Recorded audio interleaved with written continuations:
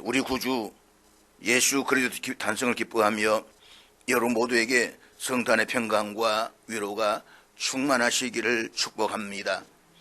한 해를 달려와 이 자리에 앉아 계신 여러분 한 분 한 분의 얼굴 위에 하나님께서 오늘 또 생명의 숨을 불어 넣어주시고 예배의 자리로 불러주심을 생각할 때에 그 자체가 이미 큰 은혜요 선물임을 고백하게 됩니다.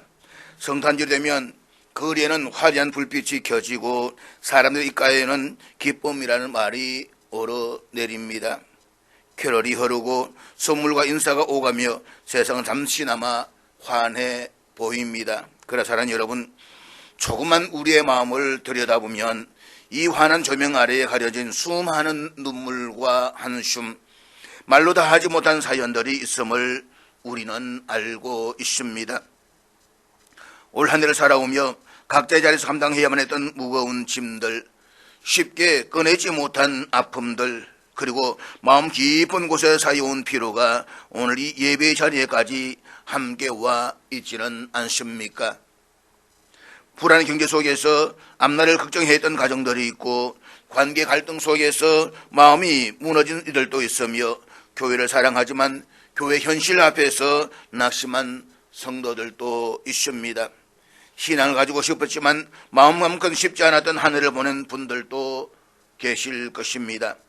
우리 한국 사회와 한국 교회는 분명 빛을 이야기하기에는 너무 많은 어두움을 안고 있는 현실 속에 서 있습니다. 그런데 놀랍게도 바로 그런 현실 한가운데에서 성경은 성탄의 메시지를 선포합니다. 성경은 상황이 좋아질 때 빛을 말하지 않습니다. 문제가 해결된 뒤에 희망을 이야기하지 않습니다. 오늘 우리가 읽은 이사야 9장의 말씀도 그렇습니다. 흑암이 행하던 세상이 큰 빛을 보고, 이 말씀은 모든 것이 다 정리된 뒤에 주어진 말씀이 아닙니다. 여전히 전쟁과 두려움, 절망의 그림자가 짙게 드리워진 한복판에서 하나님께서 먼저 선언하신 약속의 말씀입니다. 먼저 하나님은 어둠을 정확히 보시고 그 자리에 빛을 약속해 주십니다. 오늘 본문의 이사야 9장의 배경은 매우 참혹합니다. 이 말씀은 평안하고 안정된 시대에 주어진 말씀이 결코 아닙니다. 북이스라엘이 당시 최강대국이었던 아수르의 군사력 앞에서 속수무책으로 무너져 가던 시기였습니다. 아수르의 군대는 마치 폭풍처럼 북쪽에서 밀려내려왔고 셔불론 땅과 납달리 땅은 그 침략의 가장 앞자리에서 놓여서 가장 먼저 짓밟히고 황폐해졌습니다. 사랑하는 여러분, 그 땅의 풍경을 한번 마음에 떠올려 보십시오. 평화롭던 마을에는 연기가 피어오르고 익숙하던 이웃들의 집은 무너졌으며 길가에는 피난을 떠난 사람들의 울음소리가 가득했습니다. 밤이 되면 등불조차 쉽게 켤 수 없을 만큼 두려움이 마을을 덮었습니다. 오늘 살아남아도 내일을 장담할 수 없는 삶, 언제 다시 무서운 아수르의 군대가 들여칠지 모르는 공포 속에서 백성들은 하루하루를 버텨내고 있었습니다. 정치 지도자들은 이 위기를 감당할 지혜도 방향도 잃어버렸고 백성들은 더 이상 그들을 신뢰하지 못했습니다. 신앙 역시 마찬가지였습니다. 하나님을 찾기는 했지만 그 신앙은 삶을 붙드는 능력이 되지 못하고 형식과 의무로만 남아 있었습니다. 기도는 있었지만 소망은 사라졌고 제사는 이어졌지만 마음에는 절망이 가득했던 시기였습니다. 이사야가 본 백성들의 모습은 단순히 힘든 정도가 아니었습니다. 성경은 그 상태를 흑암에 행한다, 사망의 거느질 땅에 거한다 라고 표현하고 있습니다. 이것은 길을 잃은 정도가 아니라 어디로 가야 할지조차 알 수 없는 상태를 말합니다. 내일을 계획할 수 없고 희망을 말할 언어마저 사라진 시대였습니다. 살아는 있지만 죽음의 그림자 아래에서 하루하루를 견디며 살아가던 백성들의 모습이었습니다. 그런데 놀라운 것은 하나님께서 그 어둠을 외면하지 않으셨다는 사실입니다. 하나님은 곧 괜찮아질 것이다 라고 가볍게 말씀하시지 않았습니다. 너희는 지금 어둠 속에 있다라고, 너희는 사망의 그늘 아래 있다라고 정확하게 진단하십니다. 이것이 하나님의 긍휼입니다. 하나님은 우리의 현실을 축소하지 아니하시고 우리 아픔을 부인하지 않으십니다. 이것이 복음의 진실함입니다. 하나님은 무너진 사회, 병든 구조, 연약한 교회, 흔들리는 개인의 삶을 있는 그대로 보십니다. 이사야 시대의 백성들처럼 오늘 살아온 우리 역시 앞이 보이지 않는 불안 속에 서 있습니다. 경제 어려움은 가정의 숨통을 조이고 사회는 갈등과 분열로 서로를 향한 신뢰를 잃어가고 있습니다. 국가는 채무가 너무 부채가 뛰어나서 우리 스스로가 이제는 환율을 방어할 수 있는 능력까지 벗어났습니다. 1480원, 1500원까지 넘어갈 것은 쉽지 않다라고 이야기합니다. 다수의 경제학자들이 제2의 IMF를 염려하고 있습니다.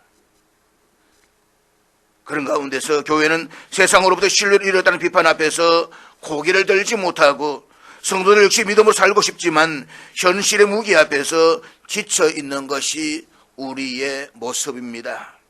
그러나 바로 그 자리에서 하나님은 침묵하지 않으십니다. 이사야 시대에 걸어하셨던 것처럼 오늘 우리의 시대에도 하나님은 정확히 진단하시고 동시에 약속하십니다. 너희는 지금 어둠 속에 있다. 그러나 이 어둠이 마지막은 아니다.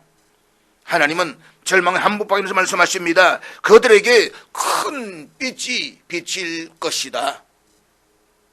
성탄은 현실을 외면한 낙관이 아닙니다.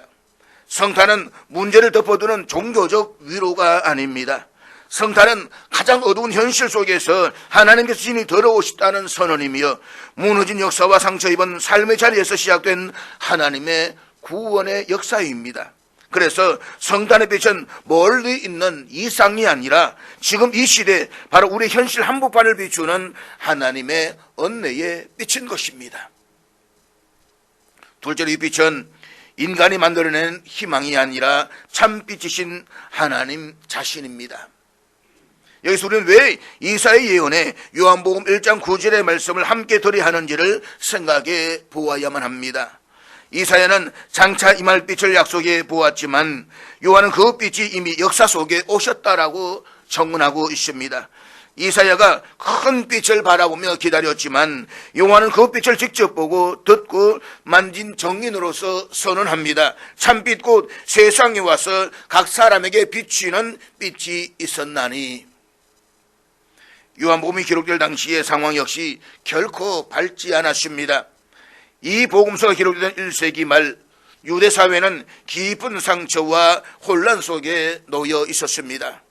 예루살렘은 로마 제국의 식민 통치 아래에 놓여 있었고 백성들은 정치적 억압과 경제적 착취 속에서 신음하고 있었습니다. 더구나 성전은 이미 무너졌고 유대인들의 신앙과 정체성의 중심이었던 그 자리는 폐허로 남아 있었습니다. 하나님 함께 계신다는 성전이 상징이 무너진 그 자리 앞에서 백성들의 마음속에서는 깊은 상실감과 혼란이 자리 잡고 있었습니다. 로마의 권력은 질서와 평화를 약속했지만 그 평화는 군사력으로 유지되는 침묵의 평화였습니다. 세금은 점점 무거워졌고 삶은 점점 팍팍해졌으며 백성들은 자신들의 미래를 스스로 결정할 수 없는 무력감 속에 살아가야만 했습니다. 겉으로 보면 세상은 질서 정연해 보였지만 그 질서 아래에는 두려움과 좌절이 깊이 깔려 있었습니다. 종교적 상황도 다르지 않았습니다. 성전이 사라진 이후에도 종교 활동은 계속되었고 율법은 더더욱 강조되었습니다. 그러나 그 율법은 사람을 살리는 생명의 말씀이라기보다 서로를 판단하고 정죄하는 기준으로 작동하기 시작했습니다. 하나님 나라에 대한 소망은 점점 더 먼 이야기가 되었고 신앙은 위로가 아니라 무거운 짐처럼 느껴지기 시작했습니다. 바로 이러한 시대에 어둠 속에서 요한은 예수 그리스도를 가리켜 참빛이라고 선언합니다. 이것은 단순한 신학적 표현이 아니라 무너진 성전과 흔들린 삶의 한복판에서 울려 퍼진 복음의 외침이었습니다. 요한은 말합니다. 빛은 제도나 건물이 아니라 한 인격 안에 계신 하나님 자신이라고 말입니다. 어둠이 아무리 깊어도 참빛은 이미 이 세상에 와서 사람들의 삶을 비추고 있다라고 증언하고 있는 것입니다. 그러한 시대 한복판에서 세례 요한은 예수 그리스도 가리켜서 분명하게 이렇게 선언합니다. 그분이 바로 참빛이시다. 왜냐하면 그 시대도 이미 수많은 것들이 빛처럼 보이며 사람들의 마음을 사로잡고 있었기 때문이었습니다. 당시 로마의 권세는 강력한 군사력과 질서를 앞세워서 팍스 로마나, 곧 로마의 평화를 약속했습니다. 사람들은 이 제국의 힘이 세상을 안정시킬 빛이라고 여겼습니다. 헬라 철학은 인간 이성의 힘을 강조하며 무지에서 벗어나는 지혜의 빛처럼 보였습니다. 또 종교의 세계 안에서는 누구보다 철저한 율법 준수와 경건한 생활이 의로움의 빛처럼 여겨졌습니다. 그러나 사랑하는 여러분, 그 모든 빛들은 겉으로는 밝아 보였지만 인간의 마음 깊은 곳에 자리한 죄와 두려움, 죽음의 문제를 해결하지는 못했습니다. 마치 밤이 깊어지면 꺼져버린 등불과 같았습니다. 세례 요한은 바로 그 점을 꿰뚫어 보았습니다. 그래서 그는 예수를 여러 빛 중에 하나라고 말하지 않고 참빛이라고 말합니다. 참빛이란 가짜와 대비되는 유일한 빛, 인간의 의지에도 결코 부끄럽지 않은 빛, 어두움을 잠시 가려주는 빛이 아니라 어둠의 근원을 드러내고 몰아내는 생명의 빛을 의미합니다. 이 말씀은 오늘 우리 시대에도 너무나도 정확하게 들어맞습니다. 오늘 한국 사회에도 빛처럼 보이는 것들이 참으로 많이 있습니다. 경제적 성공이 인생을 밝혀줄 빛처럼 보이고 안정된 직장과 재산이 미래를 보장해 줄 빛처럼 여겨집니다. 과학기술과 정보의 발전은 모든 문제를 해결해 줄 빛처럼 말해집니다. 심지어 교회 안에서도 외형적인 성장, 숫자와 규모, 영향력이 신앙의 빛처럼 오해될 때가 있습니다. 그러나 이 빛들은 우리를 잠시 안심시킬 수 있어도 인생의 어둠을 걷어내지는 못합니다. 경제는 한순간에 무너질 수가 있고 기술은 인간의 공허함을 채워주지 못하며 외형적인 종교 활동은 마음의 죄책과 두려움을 씻어주지 못합니다. 그래서 오늘의 시대 역시 이사야와 세례 요한의 시대와 결코 다르지 않습니다. 빛은 많은데 참빛은 부족한 시대입니다. 그래서 세례 요한은 더욱더 분명하게 선포합니다. 예수 그리스도만이 참빛이시라고 말입니다. 그분은 상황을 조금 나아지게 하는 빛이 아니라 인간의 존재 자체를 새롭게 하시는 빛입니다. 그분은 어둠을 잠시 잊게 해주는 위로가 아니라 어둠 속으로 직접 들어와 생명을 밝히시는 하나님의 빛이십니다. 셋째로 이사야가 본 빛의 실체는 한 아기로 오신 메시아입니다. 이사야는 말합니다. 한 아기가 우리에게 낳고 한 아들을 우리에게 주신 바 되었는데, 이 말씀 속에는 성탄의 신비와 복음의 역설이 고스란히 담겨져 있습니다. 하나님께서는 세상을 단번에 뒤집는 초월적인 능력의 모습으로 오시지 않았습니다. 천둥과 번개 가운데 나타나는 두려운 신의 모습도 아니었고 천군 천사를 앞세운 위엄 있는 왕의 모습도 아니었으며 로마 황제와 같은 강력한 정치적 지도자의 모습도 더더구나 아니었습니다. 하나님은 가장 연약한 생명의 모습으로 스스로 아무것도 할 수 없는 아기의 모습으로 이 땅에 오셨습니다. 아기는 울어야만 자신의 존재를 알릴 수 있는 존재입니다. 아기는 보호받지 않으면 살 수 없는 존재입니다. 하나님 바로 그 연약함 속으로 들어오셨습니다. 이것은 우연이 아니라 하나님의 분명한 선택이었습니다. 세상은 강함으로 문제를 해결하려고 하지만 하나님은 연약함을 통해서 구원을 시작하십니다. 세상은 위에서 아래로 다스리려고 하지만 하나님은 아래로 내려오심으로 사람을 살리십니다. 예수님이 태어난 그 자리는 왕궁이 아니었습니다. 사람들 시선이 모아지는 중심지도 아니었습니다. 아무도 주목하지 않는 변두리 마을 베들레헴, 그것도 말구유였습니다. 따뜻한 이불도 안락한 침대도 없는 자리, 사람보다 짐승이 더 익숙한 자리였습니다. 사랑하는 여러분, 하나님은 실수로 그 자리에 오신 것이 아니었습니다. 하나님 일부러 그 자리를 선택하셨습니다. 세상의 기준으로 가장 낮고 가장 초라하며 가장 소외된 자리에서부터 하나님의 빛을 비추시기 위함이었습니다. 바로 그 지점에서 세례 요한의 선언이 더욱 충격적으로 들립니다. 요한은 이 연약한 아기를 가리켜서 주저함이 없이 참빛이라고 선언합니다. 이것은 복음의 충격입니다. 세상은 강한 것을 빛이라고 부릅니다. 더 높은 자리, 더 많은 권력, 더 큰 성공과 소유가 빛이라고 말합니다. 그러나 하나님은 정반대의 길을 선택하십니다. 하나님은 사랑을 빛이라고 부르시고 희생을 빛이라고 부르시며 낮아짐과 섬김을 빛이라고 부르십니다. 그래서 성탄의 빛은 결코 폭력으로 어두움을 몰아내지 않습니다. 이 빛은 칼과 창으로 세상을 정복하지 않습니다. 힘으로 상대를 침묵시키거나 다수의 힘으로 소수를 눌려버리는 방식도 아닙니다. 대신 십자가로 어두움을 이깁니다. 미움에 맞서서 더 큰 미움으로 싸우지 않고 죄에 맞서 적극적인 심판을 내리기보다 자신의 몸을 내어주심으로써 죄의 값을 감당하십니다.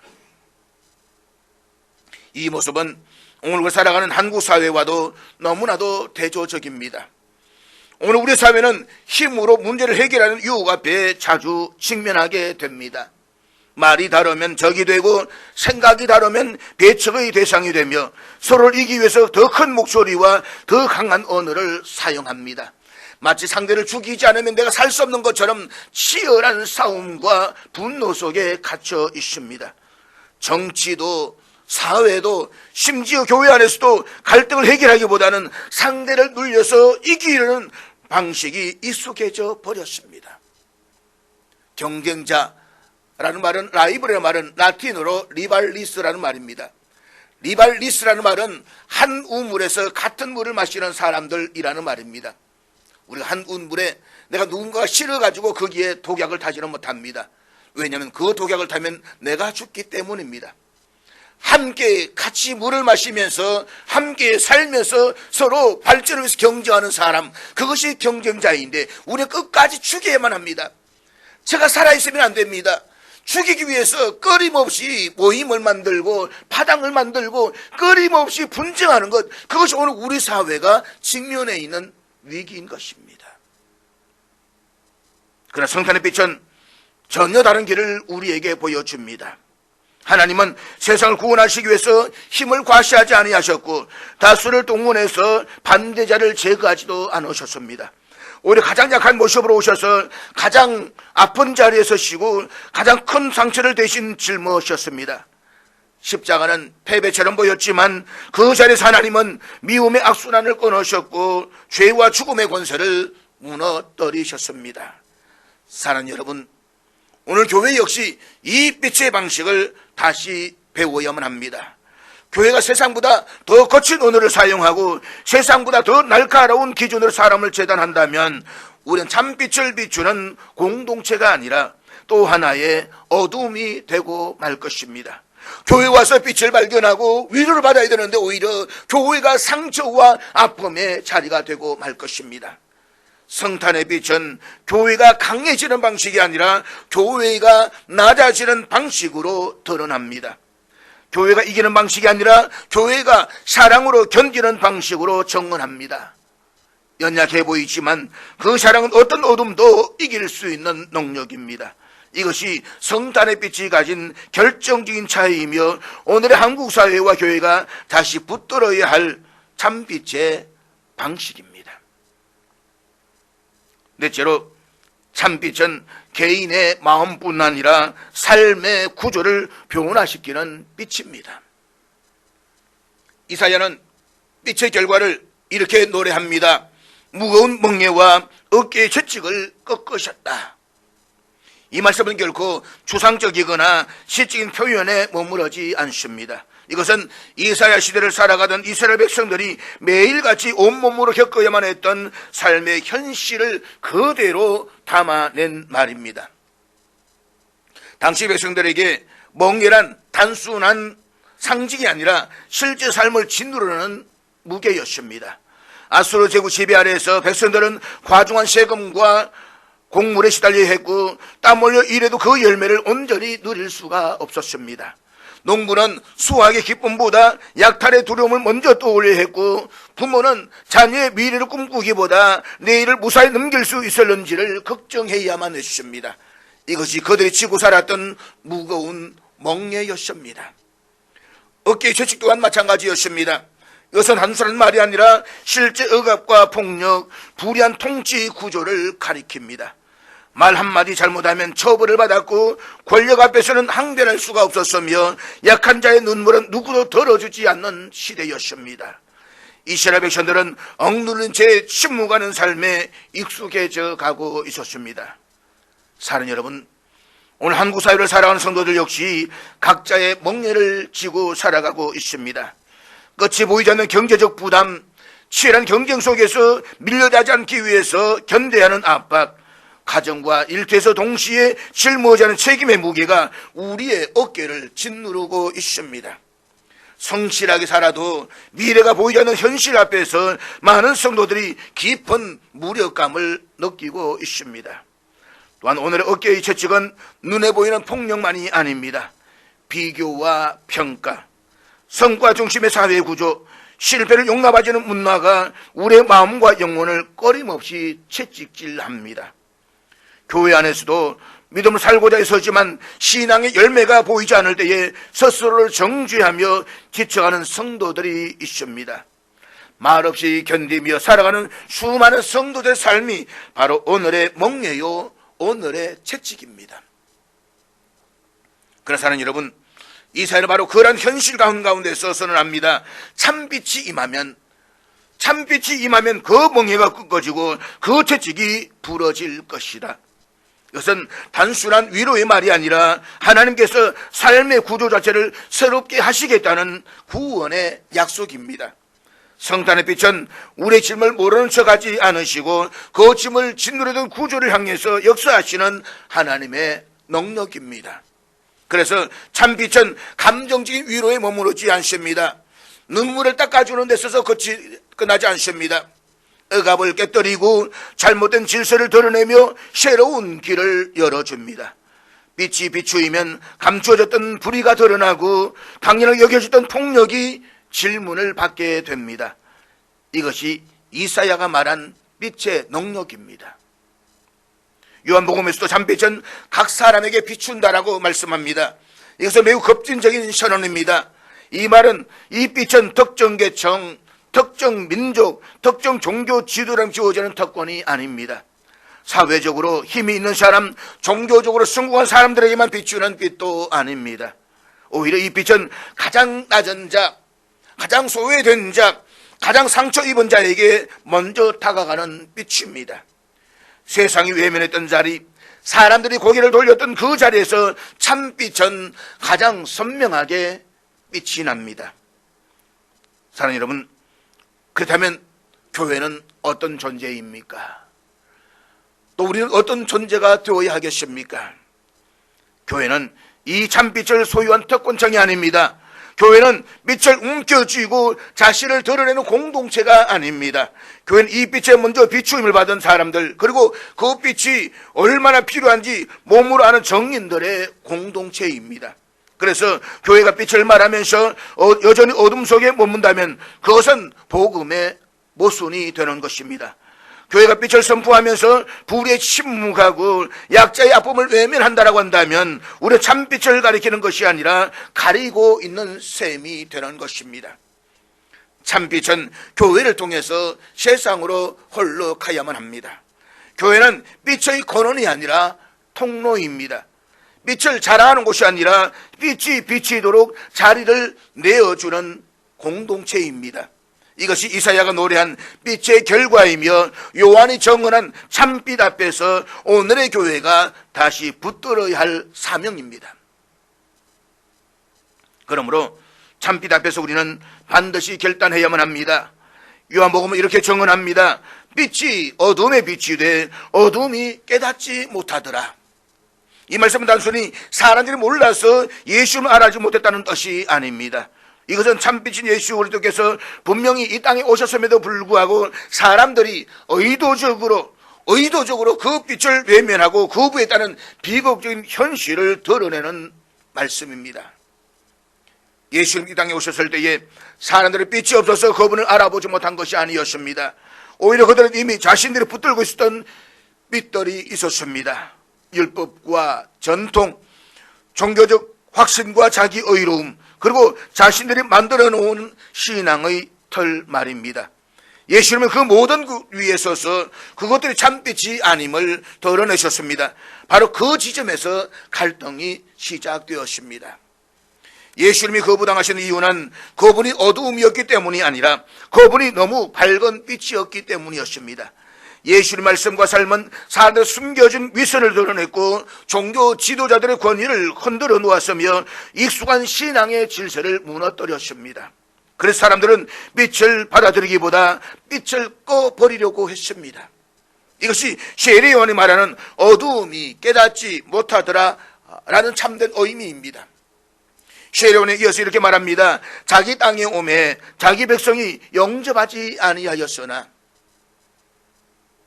참빛인 예수님은 낯선 이방 땅이 아니라 하나님의 약속을 가장 잘 알고 있어야 할 그 백성 가운데로 오셨습니다. 그러나 바로 그들이 예수님을 거부했습니다. 왜냐하면 참빛은 단순히 위로만 주는 존재가 아니라 삶의 방향을 바꾸려고 요구하는 빛이었기 때문입니다. 그러므로 어둠이 깨닫지 못하더라라는 말은 인간의 지적 한계를 말하는 구절이 아니라 빛 앞에서 회개하기를 거부한 인간의 완고함을 말하는 말씀입니다. 참빛은 이미 이상이 임했지만 모든 사람이 그 빛을 반가워하지 않았다는 냉정한 현실의 선언입니다. 왜냐하면 빛은 단순히 따뜻하기만 한 존재가 아니라 어둠을 드러내는 존재이기 때문입니다. 이 말씀을 더 잘 이해하려면 이사야와 요한의 시대 사람들이 어둠과 빛을 어떻게 경험했는지를 먼저 떠올려 볼 필요가 있습니다. 그 시대의 어둠은 단순히 분위기나 감정의 문제가 아니었습니다. 해가 지면 길은 곧바로 사라졌고 한 걸음 앞도 분간하기가 어려웠습니다. 돌뿌리에 발을 헛디기가 쉬웠고 짐승이나 강도의 위협은 현실적인 공포였습니다. 밤길은 곧 위험이었고 어둠은 생존을 위협하는 시간이었습니다. 반대로 빛이 비추이면 상황은 완전히 달라졌습니다. 등불 하나만 켜져도 길에 윤곽이 드러났고 어디로 가야 할지 방향을 잡을 수가 있었습니다. 사람이 비로소 안도의 한숨을 내쉬었고 서로의 얼굴을 확인할 수가 있었습니다. 빛은 안전이었으며 생명이었고 다시 움직일 수 있게 하는 희망이었습니다. 그런데 동시에 빛은 또 다른 역할을 했습니다. 빛이 비추이면 길이 보입니다. 동시에 숨겨져 있던 것도 드러납니다.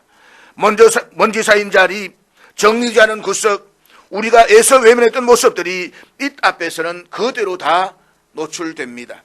그래서 사람들은 종종 어둠을 더 편안하게 느낍니다. 어둠은 나를 드러내지 않기 때문입니다. 익숙한 죄, 굳어버린 습관, 포기해버린 믿음의 자리도 어둠 속에서는 비교적 안전해 보입니다. 그러나 참빛은 우리를 정죄하기 위해서 비추는 빛이 아닙니다. 참빛은 우리를 살리기 위해서 비추는 빛입니다. 병을 고치기 위해서는 상처를 드러내야 하듯이 구원을 위해서는 어두움이 밝혀져야만 합니다. 그래서 참빛은 우리를 위로하지만 동시에 불편하게 만들고 안심시키지만 동시에 결단을 요구합니다. 바로 이런 이유 때문에 성탄절은 단순히 감동을 나누는 절기가 아니라 분명한 결단을 요청하는 절기입니다. 성탄은 예배당 안에서 빛을 구경하고 돌아가는 날이 아니라 빛을 따라 어둠에서 실제로 걸어 나오는 날입니다. 그렇다면 사랑하는 여러분, 이제 우리는 어떤 결단을 해야 할까요? 첫째로, 교회와 성도는 더 이상 어둠의 방식으로 살지 않겠다는 결단을 해야만 합니다. 세상과 똑같이 말하고 세상과 똑같이 경쟁하며 세상과 똑같이 미워하는 방식으로는 결코 빛을 정언할 수가 없습니다.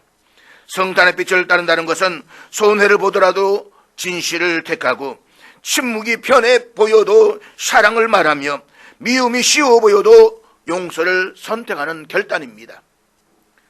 둘째로 성도 개인은 자신의 삶의 자리에서 빛 앞에 서겠다는 결단을 해야만 합니다. 가정에서, 일터에서, 관계 속에서 숨겨두었던 어둠의 구석을 하나님 앞에 내어놓는 결단입니다. 말로만 신앙을 고백하는 것이 아니라 삶의 선택에서 참빛을 기준으로 살겠다는 결단입니다. 빛 앞에 선다는 것은 완벽해지겠다는 선언이 아니라 더 이상 숨지 않겠다는 믿음의 고백입니다. 셋째로, 교회는 세상의 아픔을 외면하지 않겠다는 결단을 해야만 합니다.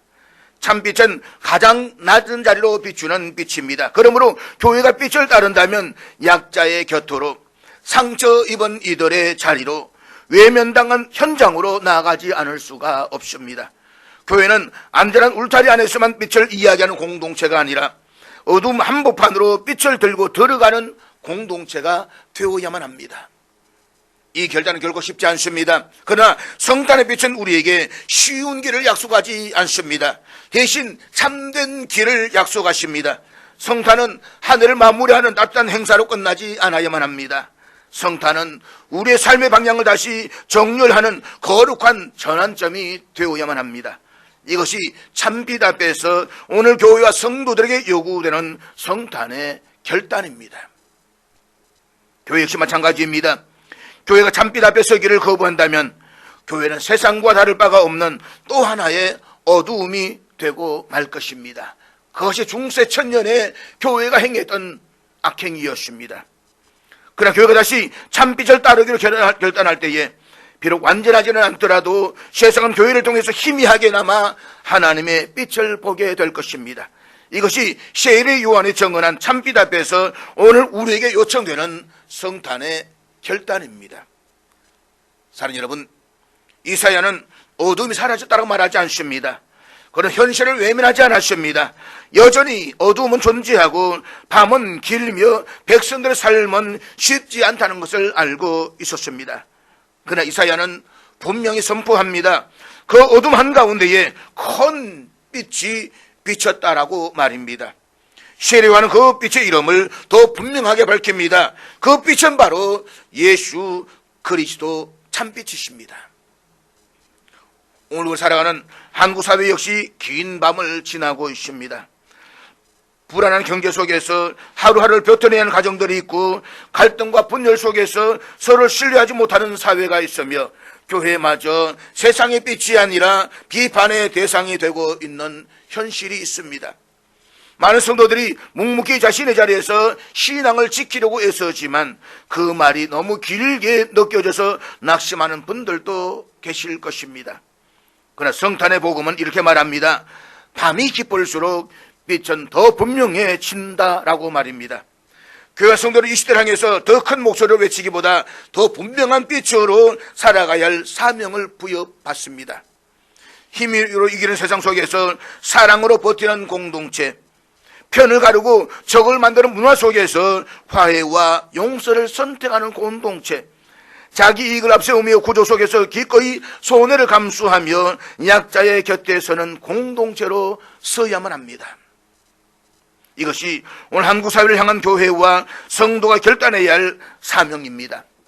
빛을 소유했다고 말하는 공동체가 아니라 빛이 필요한 자리로 걸어가는 교회, 말로만 정의를 외치는 공동체가 아니라 고통의 현장에서 조용히 등불을 들어 올리는 공동체입니다. 어둠을 저주하기보다 어둠을 밝히는 빛으로 살아가는 것이 우리의 부르심입니다.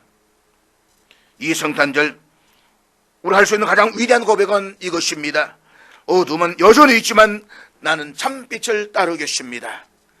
이 고백은 낙관이 아니라 결단이며 감상이 아니라 헌신입니다.